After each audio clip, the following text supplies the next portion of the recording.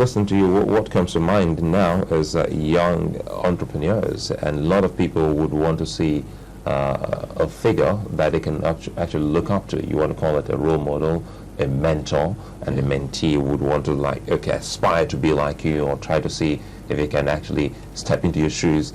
How well have you been able to put all of that in most of these African countries that you have hubs? Is it a regular feature? Well, they inspire me, to be fair. I mean, really. I mean, we have in our hub in Lagos someone like Ebuka, who was host of Ebuka Babington-Ashaye, who was host of I think the first debate on youth with presidential candidates. We have someone like Japhet Omojua, who is an activist in the Abuja hub. He drives change, not with lots of courage. We have Ishaya Bak, who's a filmmaker. These people inspire me, to be honest. Spending time with them, you feel. We have a gentleman in our hub in Giza, because for us, Africa is all of Africa. So Giza in Egypt, he runs the largest seafood business in the country. We have a gentleman in our hub in Casablanca who runs a luxury shoe manufacturing business that exports to 18 countries. Their biggest market is Japan. These are probably not shoes I can afford. Now, they inspire me. In Johannesburg, there's a district called Maboneng.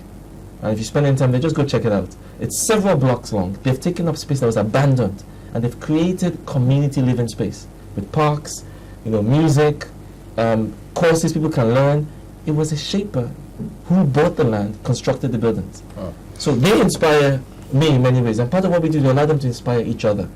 To finish the point on Lagos, what they were doing in primary schools, they finished that project now, is they go in and they help people plot careers. What do you want to become? All right, what subjects are you passionate about? What should you study more? And when they go in, they just learn so many issues around primary schools, just by trying to do this and help them plot careers. But it's about young people self-organizing for impact, and that's what the Global Shapers community is about. What kind of issues do you think that they'll be talking about at this World Economic Forum? Good, and I'm happy you allowed me to remember this, because they'll be very upset with me. Right now, we have more than 100 shapers meeting right now. They started yesterday in something called Shape Africa 2014. So once a year, they come together from across the continent. So this is not the World Economic Forum, it's separate. Right now, they're focused on 4 issues. And these 4 issues they will take to the forum's meeting. The first is agriculture. They have fantastic ideas. Just from yesterday's meeting, just listening. Oh, the meeting has started already? A whole day yesterday, from 8 a.m. until 10 p.m. And it's going on right now. So I'm going to join them now. Agriculture. They think about ways to make agriculture attractive for young people. Very often, it's not, I know we're on television, so I can't use the right words. It's not appealing, if you like, to young people. It's not cool.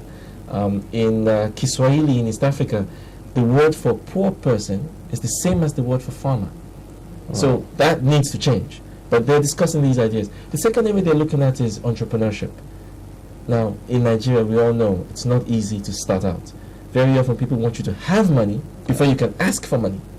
These are some of the insights that they're sharing. And they talk about feeling excluded. Women often even further disadvantaged in the quest to get resources. That's very important, that key you just pointed out, because it is the haves who also get the loans or the assistance. Exactly. So the other area is education. We talked about education quite a bit this morning. The final area is technology. So these 4 areas. These are not the most important things. There are lots of things that we need to discuss. But to focus, you have to choose. And so they've chosen these 4 areas. Now, when we start the World Economic Forum in Africa, 50 of these 100 will join the meeting. Of these 50, 12 of them will be panelists, sitting next to a president, to a big CEO, whether it's Dangote or Tinubu. They'll be right next to them as panelists in these discussions. They're talking on things like governance, they're talking about agriculture, they're talking about technology, education, these topics. These are some of the contributions they will bring to the table. That's interesting. So, at the end of the day, they follow up on all of these issues and measure the kind of progress. These are going themselves as well. Okay. The beauty is they don't need to wait for anyone. So, the way we're structured is do what you can. So if there's an issue they're passionate about, they go home and they start something on it. If they hear someone's doing something in a different city that is brilliant, like maybe something in high schools, they go home and they start something on it. Do they try to make the change themselves through governance, by getting into government, for instance? Quite often. So, for example, the Addis Ababa project I told you about, one of the things they observed is that they went to public schools. All these public schools have fully equipped computer labs in Ethiopia, but they're not connected to the internet. Fully equipped, so you can go and do your homework, but no internet, no browsing. Now they found out, is there a government policy against it? They said, no, they just didn't allocate budget. So it's okay. They've raised money for 10 schools. But these are public schools. You can't go in and just connect them to the internet. You need government. So they contacted us and said, please, can you connect us to government? I'm very proud and happy to say we did. And they sent me a clip of a national television show where they signed an MOU with government. So our Addis Ababa hub signed an MOU with the state government in Addis Ababa. And they've now connected 6 of those 10 schools with their computer labs. So yes, they have to work with government. Here there is a campaign for the missing girls that the Nigerian shapers have started. You can check out chippergirls.com. The idea is very simple. They've discussed this since last week, and I love the way the shapers work because they like the idea. They said, listen, first let's strategize. So it's not a question of being quick to action. Action without strategy is not going to achieve its full potential. What's the key thing in that strategy? So the strategy there is to humanize the missing girls. Right now, people that we don't know the number, we don't know who they are. If somebody is missing in a different country, in the West, for example, we know this person had 2 daughters.